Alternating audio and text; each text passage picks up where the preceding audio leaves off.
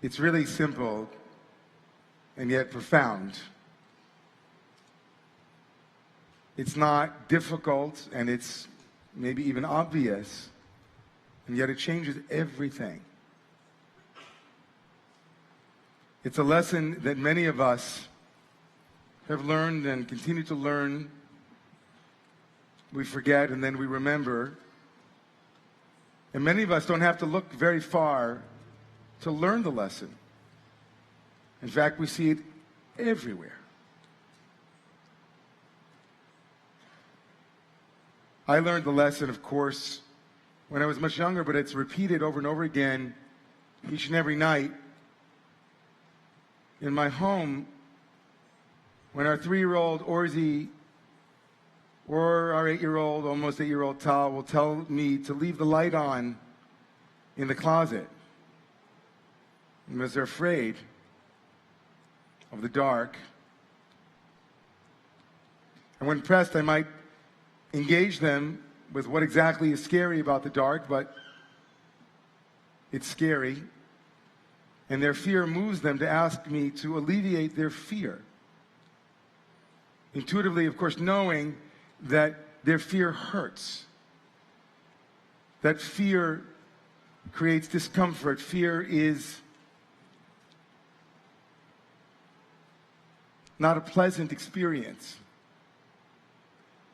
And so they ask, like they would ask me to alleviate any other pain.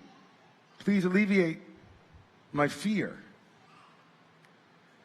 This simple realization that I haven't even named yet, but the simple realization that cuts to the heart of all of our religious and spiritual traditions, this insight may take years to settle in, or it can happen for you in a moment.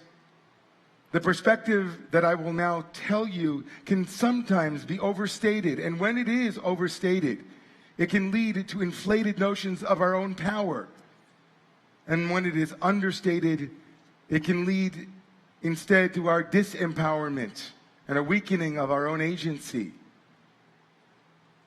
In and of itself, this most important and fundamental spiritual perspective that needs to be cultivated is simply this. We build the world through our thoughts, our feelings, and our actions. And because they are ours, we can change them.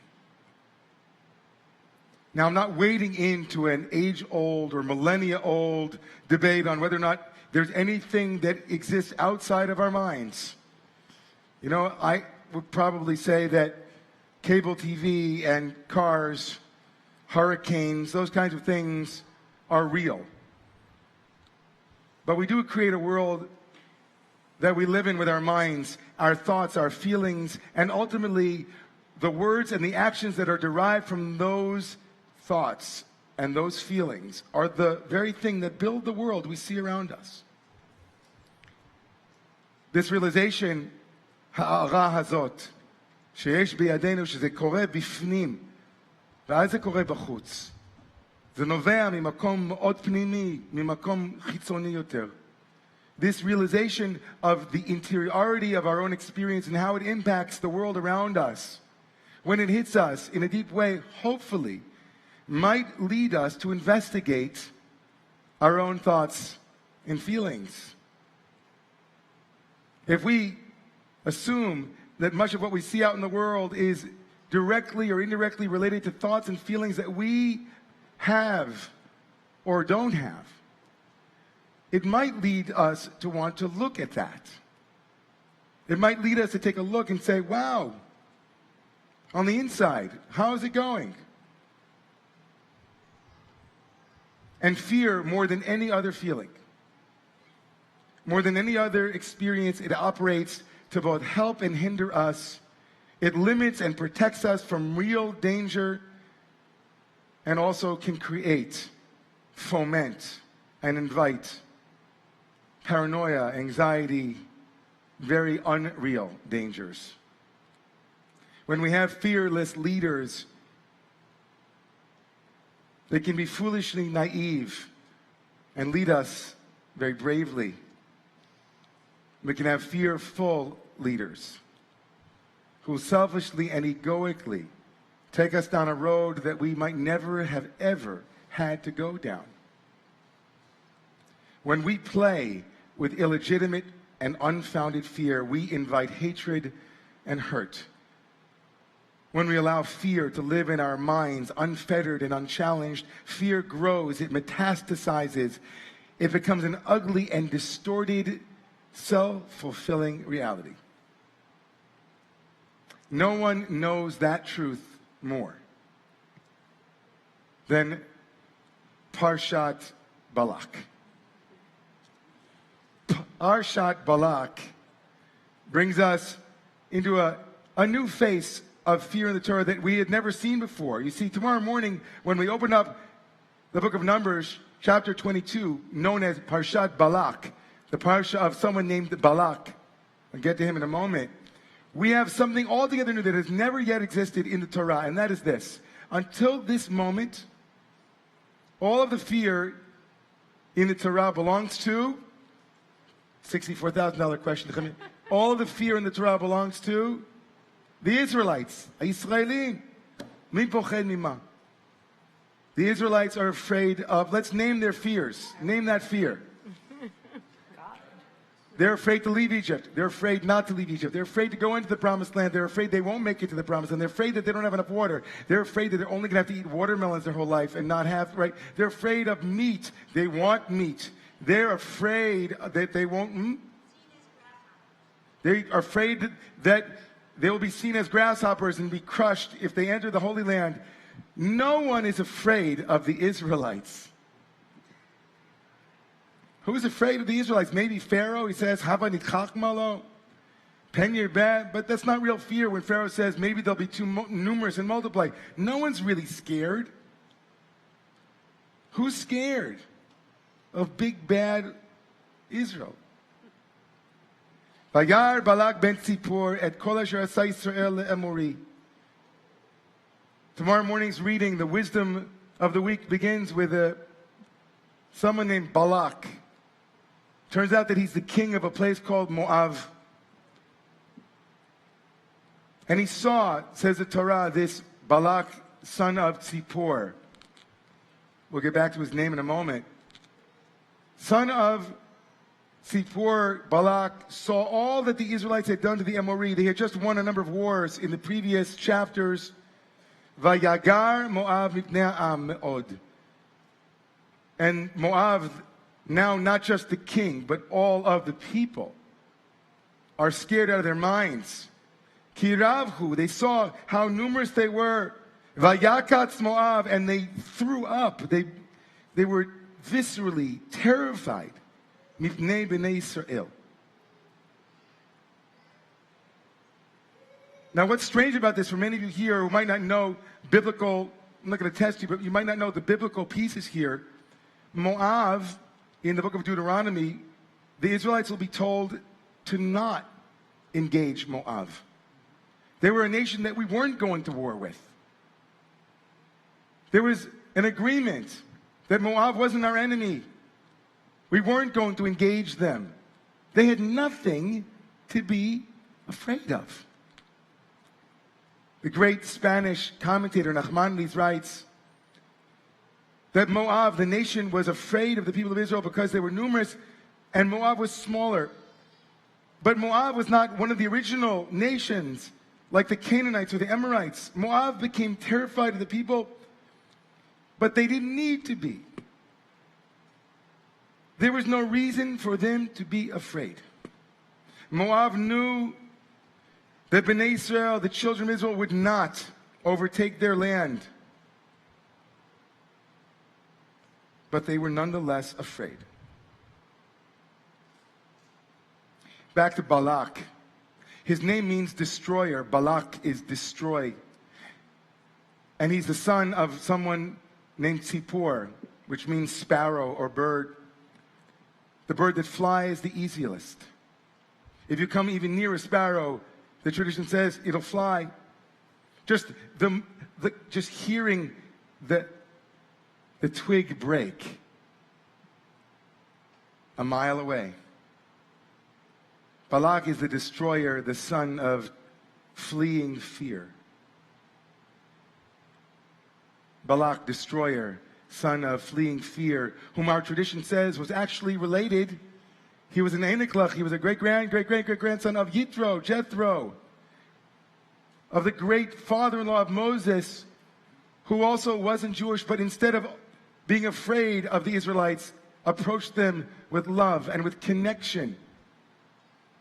There is a Balakian mind, and we don't have to go far to see it. Fear that festers, fear that foments, fear that projects outwardly, destroying and fleeing. It isn't hard to see it out in the world. It isn't hard to see it from the president of this country and from those who support him in the ways that they support him, refusing to name the rhetoric that is so absurd and ridiculous and so immoral and unethical and all of that. And we don't have to go far in our own person to see the way fear works with us when things have not yet happened. Anticipatory fear, the way that we constrict and contract. Imagining, here they come, walking down the street. I better run the other way, make like a sparrow. This fearful mind, this Balakian mind. So since Balak is so heightened in this week's portion, and since his name means so much, destroyer, son of fleeing sparrow, his Native American name, if you will, I thought we should combat Balakian mind with using the leader of our country's name as well. And so here's my advice to you. Love must trump fear. Truth must trump lies. We must trump I. We must trump I. Outrage and protest must trump silence and complicity. And unity must trump division. But lest you think, and I'm sure I will receive a number of phone calls and emails, that I'm being political here, for goodness sakes, what we think and what we say creates the world that we live in or destroy. What is most deeply moral and ethical is most deeply social, political. And so, me and you and me, we. One of the greatest acts of courage that we might undertake at this moment is not only these 5 basic principles of how to trump Trump, or how to trump fear, or how to trump hatred, how to trump xenophobia, but even within our own heart minds, how might we invite love? And most especially vulnerability. At a time when, instead of opening, we close.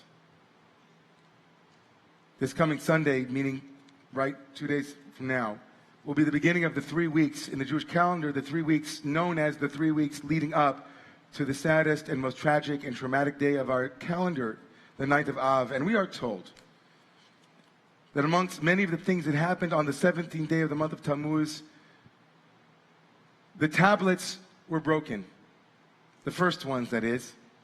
The ones that were perfect, the ones that God herself had written with her own hand, were destroyed and shattered. And that we picked up those broken pieces of the tablets and we carried them through the desert, reminding ourselves that when brokenness happens, when there is something that is broken, it is an invitation to fear or the courage to be vulnerable, the courage to be true, the courage to be real, the courage to repair. We're also told that on the 70th day of Tammuz, the outer walls of Jerusalem were breached, another breaking of stone. And from that point on, it was inevitable that the city would be destroyed. And so we, each and every one of us, have a moment to remember that a breach might invite vulnerability, that vulnerability is an invitation, that we might open ourselves to love and to meet our own fears with gentleness, compassion, courage, and a quality that might build a world outside of us, that we might pause between fear and foment. And most especially tonight, in case anybody might write to me and call me, I am absolutely, unequivocally, from this pulpit, and as long as I stand here at this pulpit, saying that this is a moment where there has been a breach in our collective walls. And that it is incumbent upon each and every one of us to move from the inside to the outside, from how our own thoughts and actions build the world to how others' thoughts and actions are creating and destroying with their fleeing and fear a world that we would like to see for ourselves, our children, our grandchildren. We must take this up. We must not be led into a false binary between spiritual work and the activism that builds a society that is full of courage, love, and hope. We must not be pulled into having to say that a shul is a place where we only talk about the heart, but not about the children who are being separated from their parents, God forbid. We must hold both of those together courageously. Love trump fear. Let's be courageous, everyone. It is upon us.